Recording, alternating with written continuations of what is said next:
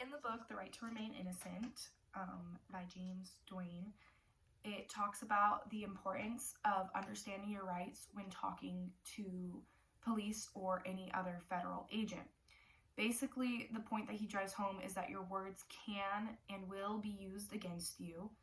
And it's kind of like the phrase that you're innocent until proven guilty. It's almost like you're guilty until proven innocent because of how much things are just stacked against you in a legal system where there are so many federal offenses, the laws are simply too broad, and the police are not your friend. They can lie to you to get you to talk, and those things can be used against you in court.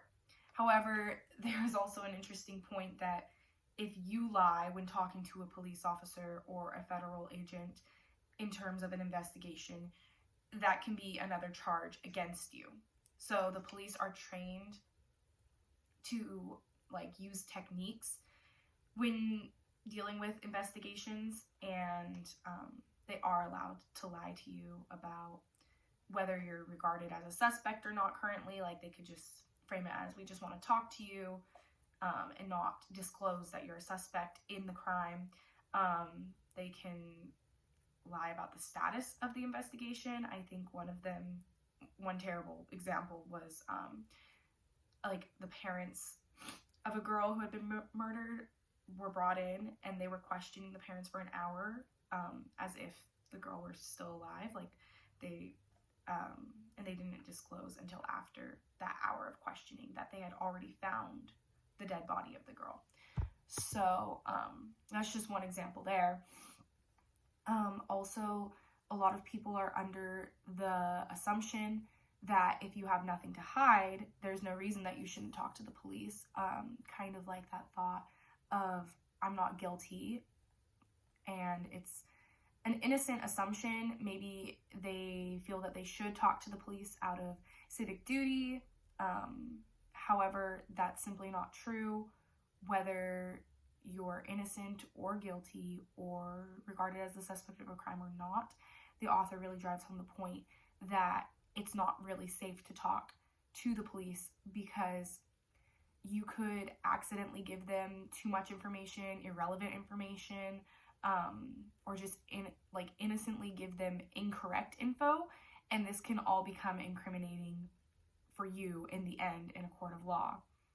It could also sway the jury because what's used in court from your conversation with the police can be taken out of context or recalled slightly different than what you said. And also something that I found really interesting was the hearsay rules, which that they mean that the prosecutor can use police testimony from your conversation with them as evidence against you. However, the defendant cannot use police testimony as evidence to prove their innocence.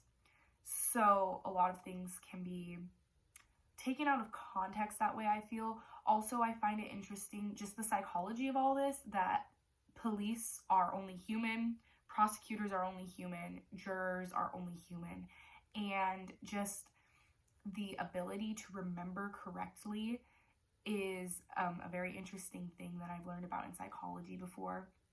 And just as far as there was an example about a guy who had a report that he did handwritten notes about the whereabouts of this guy, and the suspect said that he was with 3 people. He checked with those 3 people, they confirmed. However, later on, the officer convinced himself that the suspect had said they were at his house, even though in his original notes it didn't talk about being at his house. And so he added that in, and that was incriminating because the other 3 witnesses of this, or the alibi witnesses, I guess, had said that they were at somebody else's house. But the police officer later convinced himself that the original suspect said they were at his house, even though that was not in his original notes. Also, I felt that it was just very interesting that the laws are really broad. I wanted to point out this quote on page 22. Because of laws like these and countless others, legal experts now agree that just about everybody in the nation, whether they know it or not, is guilty of numerous felonies for which they could be prosecuted. One reliable estimate is that the average American now commits approximately 3 felonies a day. As one federal judge recently observed, because there are thousands of federal crimes and hundreds of thousands of federal regulations that can be criminally enforced, the sad truth today is that most people have committed at least one crime carrying serious consequences, including countless Americans who have no idea what law they have broken or how they may have done so. This is why you cannot listen to your conscience when faced by a police officer and think, I have nothing to hide.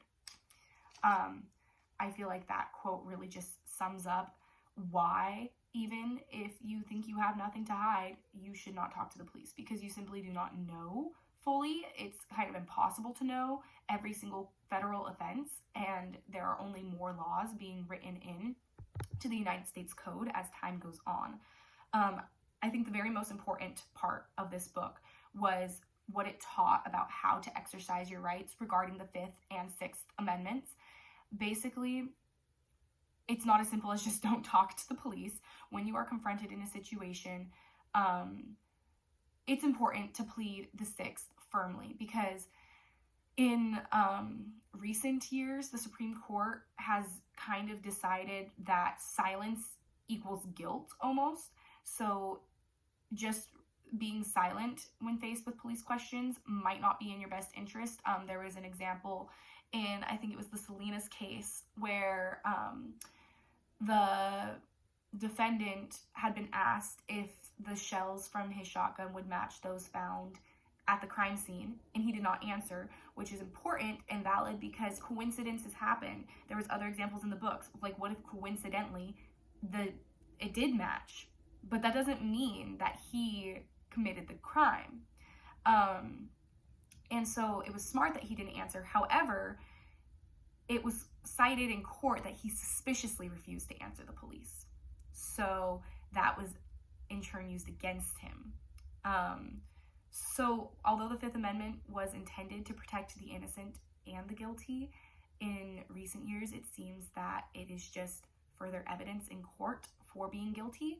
So the most important thing is to plead the Sixth, to use your Sixth Amendment rights, and you need to say firmly, when faced with questioning by a police officer or a federal agent, you firmly need to state, I need a lawyer. It's very important not to falter or say, I think I need a lawyer. Do you think I need a lawyer? You need to exercise your Sixth Amendment right firmly and simply state, I need a lawyer.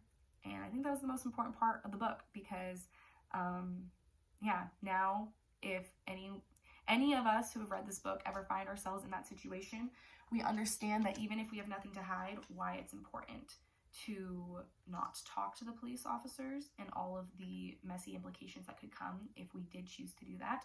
So it is important to simply say, I need a lawyer, and go from there.